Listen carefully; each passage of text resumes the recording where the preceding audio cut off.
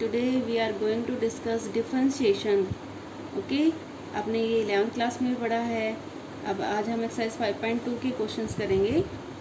उससे पहले हम थोड़ा 11th का रिवाइज करते हैं. हमने ये ट्रिग्नोमेट्रिक जो फंक्शंस होते हैं साइन एक्स कोस एक्स, इनका सब का डेरिवेटिव फर्स्ट प्रिंसिपल से 11th क्लास में निकाला था और उसका रिजल्ट लर्न किया था. ठीक है, उसको एक बार रिवाइज कर लेते हैं.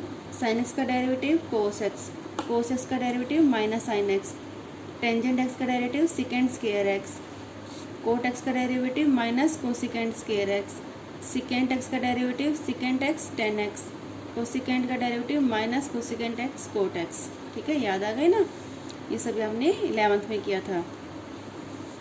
अब ये u इंटू वी रूल आपने पढ़ा था वहाँ पर. ठीक है, अगर दो फंक्शन मल्टीप्लिकेशन में है तो क्या करना है, एक बार में एक का डेरिवेटिव करना है, सेकंड को एज इट इज़ लेना है. ठीक है, फर्स्ट का डेरिवेटिव किया है तो सेकंड एज इट इज़. ठीक है, फिर प्लस सेकंड का derivative first as it is. ठीक है, और यही फार्मूला आपका फ्रैक्शन में भी था. u अपॉन वी में क्या फार्मूला बनता था, u का derivative v as it is minus u as it is v का डेरिवेटिव अपॉन v स्क्वायर. ठीक है, इसमें भी एक बार में एक का डेरिवेटिव करना है और बीच में माइनस और नीचे v स्क्वायर. ठीक है, और कुछ और डेरिवेटिव हैं. x की पावर n का डेरिवेटिव कैसे करना होता है, कोई भी पावर हो x की एल्जेब्रिक है उसका डेरिवेटिव कैसे करना है, n इंटू एक्स की पावर n माइनस 1. ठीक है, ax का डेरिवेटिव क्या होता है, ax into log a. ex का डेरिवेटिव क्या होता है, ex.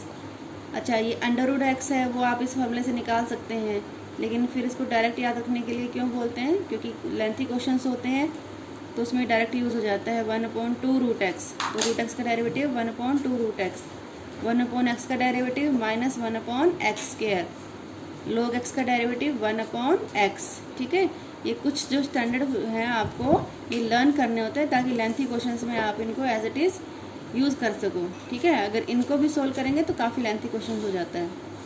चलो अब क्वेश्चन डिस्कस करते हैं. y is equal to sine of x square plus 5. ठीक है, जैसे हमने साइन एक्स का डेरिवेटिव पढ़ा है कोस एक्स होता है, लेकिन यहाँ पर x नहीं है, यहाँ पर एंगल क्या है, एक्स स्क्वायर प्लस 5. ठीक है, तो हम क्या करेंगे, इसको चेन रूल से सोल्व करेंगे. चेन रूल बोलते हैं इसको डिफरेंशिएशन की. क्या करते हैं, इसको t पुट कर लेते हैं.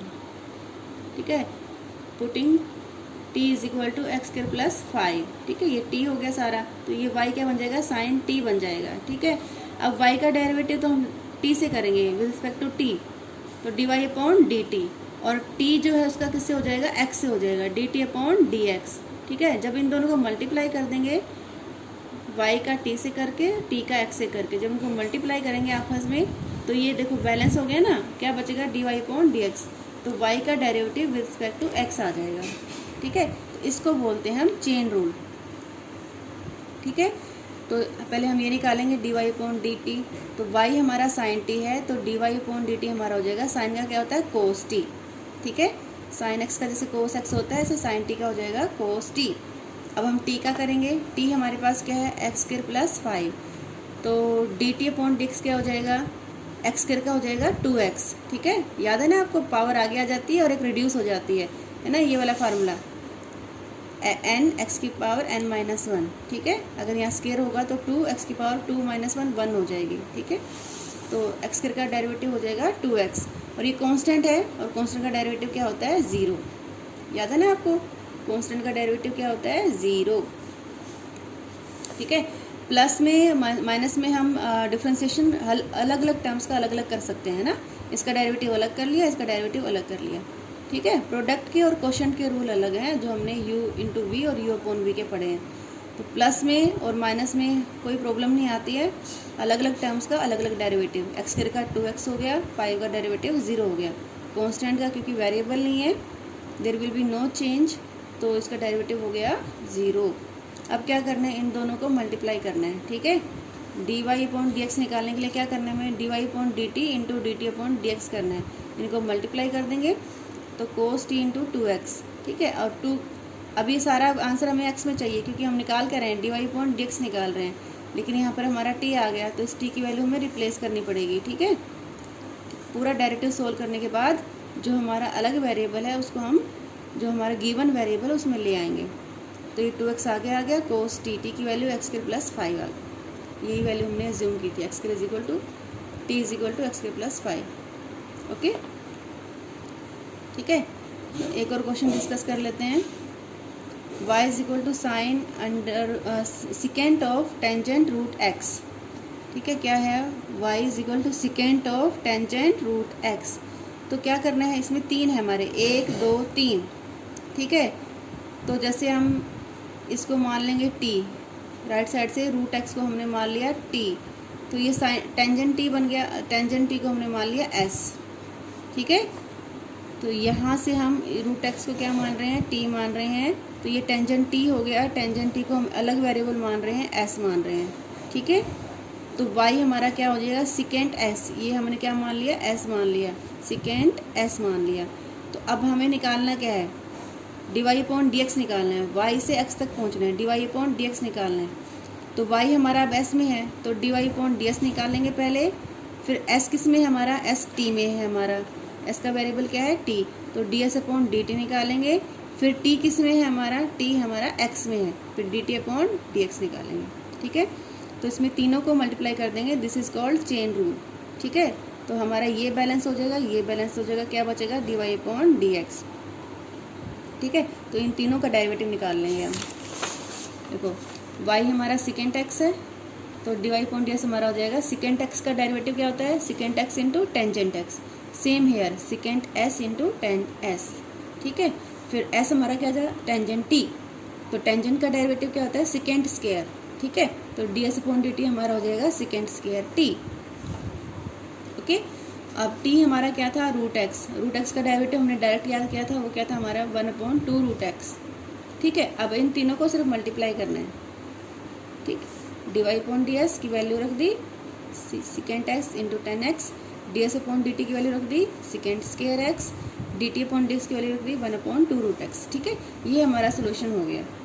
ठीक है, अब इसमें थोड़ी सी कसर ये है कि सारा जो वेरिएबल है x होना चाहिए, लेकिन यहाँ पर t और s है, तो जो t की वैल्यू है वो रिप्लेस कर देंगे, जो s की वैल्यू है वो रिप्लेस कर देंगे। ठीक है, तो s की वैल्यू क्या है हमारे पास, s हमारे पास क्या है, टेंजेंट t है। ठीक है, लेकिन टेंजेंट t जो है अभी t x में लेके आना है, और t क्या है हमारे पास, रूट x। तो s की वैल्यू टेंजेंट रूट x रखनी है आपको। ठीक है, तो जो s है उसकी जगह रखना है टेंजेंट रूट x, 10 और s की वैल्यू टेंजेंट रूट x। ठीक है, ये हो जाएगा secant of tangent root x, ये हो जाएगा 10 ऑफ 10 रूट x। अब सिकेंट स्क्वायर t की वैल्यू क्या है, रूट x। ठीक है, ओके, और ये 1/2 रूट x है, ये आप आगे लिख देंगे, स्टैंडर्डाइज फॉर्म हो जाएगी। ठीक है, क्लियर हो गया। एक और डिस्कस कर लेते हैं, y is equal to 2 root cot x square x. तो इसमें भी तीन हैं आपके, एक एक्स स्क्वायर है, एक कोट है, फिर अंडर रूट है। ठीक है, तो तीन लेयर हैं इसमें भी। तो एक्स y से लेकर x तक डेरिवेटिव पहुंचने के लिए आपको तीन लेयर क्रॉस करनी पड़ेगी, अंडर रूट की, कोट की, फिर एक्स पे, एक्स स्क्वायर पे। ठीक है, पहुंचोगे आप। तो यहाँ पर भी आप एक्स स्क्वायर को t मान लेंगे, let x square is equal to t, फिर कोट t हो गया ना, ये कोट t को हम मान लेंगे s। आ रहा है समझ में। ठीक है, ये एक्स स्क्वायर को क्या मान लिया, t, तो ये बन गया आपका कोट t को मान लेंगे s। ठीक है, तो ये y जो हमारा 2 रूट s, क्योंकि ये तो हमने s मान लिया, तो क्या बन जाएगा, y 2 रूट s बन गया। ठीक है, तो सेम ऊपर वाले क्वेश्चन की तरह हम इसको सोल्व करेंगे।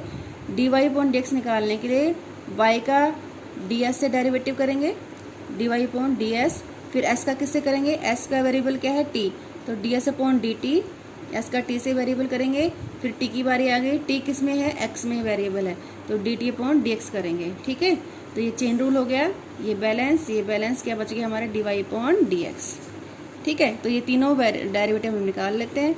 y हमारा 2 रूट s है, तो dy अपॉन ds हमारा क्या हो जाएगा, 2 एज इट इज़। ठीक है, ये तो 2 डेरिवेटिव से बाहर है, तो रूट s का करना है। रूट का डेरिवेटिव क्या होता है, 1/2 रूट s, ये डेरिवेटिव आ गया, 2 as it is 1/2 root s, ये कट गया, तो क्या बचा 1/रूट s। s क्या है अब हमारे पास, कोट t, कोट का डेरिवेटिव क्या होता है, माइनस कोसिकेंट स्क्वायर t हो गया, फिर t क्या है हमारे पास, एक्स स्क्वायर क्या हो जाएगा, 2x। अब इन तीनों को मल्टीप्लाई कर देना है। ठीक है, 1 2 3, अब इन तीनों को मल्टीप्लाई कर दिया, ठीक है, तो आंसर तो हो गया है हमारा, बस थोड़ा सा एक चेंज करना है कि वेरिएबल जो है एक्स में वापस रिप्लेस कर देना है। ठीक है, टी की वैल्यू एक्स स्क्वायर है, एक्स स्क्वायर रख दी। एक्स एस की वैल्यू क्या है, अब देखो एस की वैल्यू है कोट टी, लेकिन ये एक्स में नहीं है ना, तो टी की वैल्यू भी इसमें रख देंगे, तो ये आपका हो जाएगा कोट टी की जगह क्या आ जाएगा एक्स स्क्वायर। तो एस की वैल्यू हमें रखनी है कोट एक्स स्क्वायर, तो यहाँ पर वैल्यू आ जाएगी एस की कोट एक्स स्क्वायर। तो अंडर रूट ऐसा है ना, तो under root cot x square हो गया। ओके, अब देखो आप एक तो ये है, आप चेन रूल ऐसे बना सकते हो, अलग अलग वेरिएबल मानकर चेन रूल बना सकते हो। ठीक है, एक मेथड ये है, एक मेथड ये है, देखो आप y is equal to cos x cube dot sine square x 5।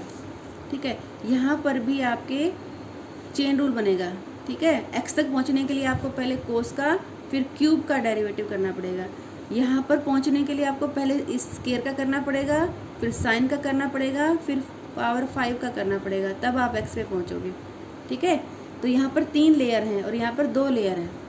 ठीक है, यहाँ पे 2 लेयर कौन सी है, एक कोस की और एक क्यूब की, तब आप x पे पहुँचोगे। यहाँ पे 3 लेयर कौन सी है, पहले इस स्क्वायर की है, फिर साइन की है, फिर ये 5 की है।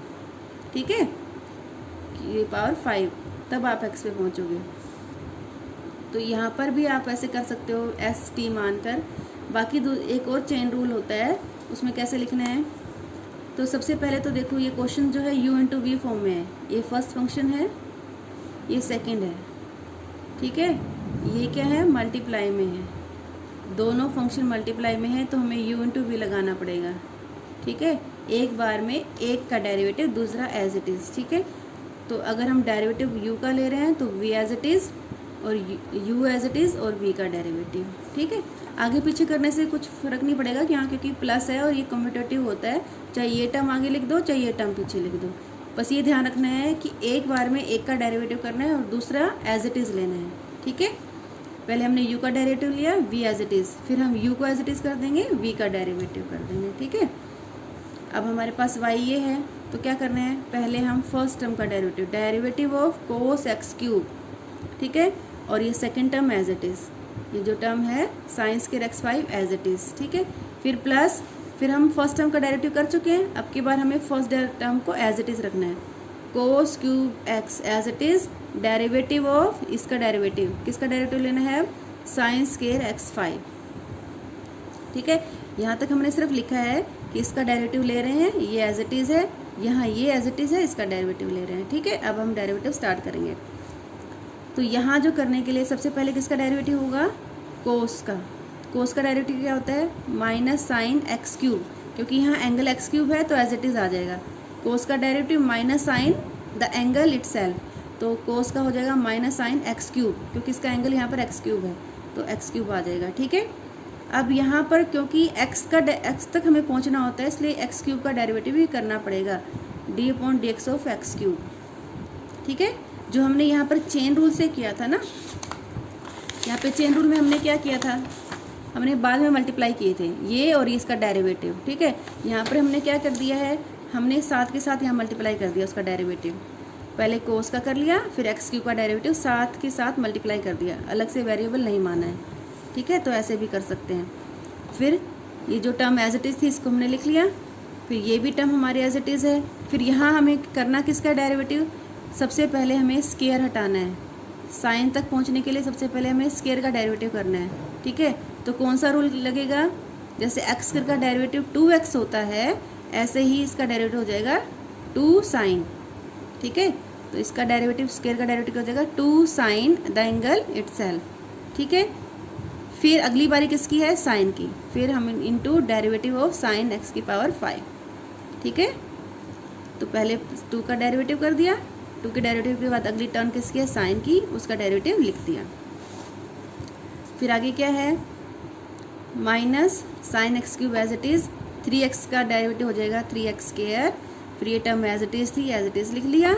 फिर cos x cube as it is है, ये हम डेरिवेटिव कर चुके हैं, ये भी एज इट इज़ लिख दिया।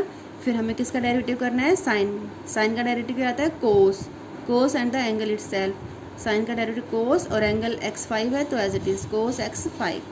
ठीक है, तो 2 लेयर हम इसकी कंप्लीट कर चुके हैं। स्केयर का सोल्व कर चुके हैं यहाँ पर, ठीक है, और फिर साइन का सोल्व कर चुके हैं यहाँ पर। अब किसकी बारी है? एक्स की पावर 5 की बारी है, तो डेरिवेटिव एक्स की पावर 5। ओके, तो जो हमने यहाँ तक सोल्व किया वो तो हमारा सेम चलेगा। ये सारा एज इट इज़ लिख लेना आप, ये सब कुछ एज इट इज़।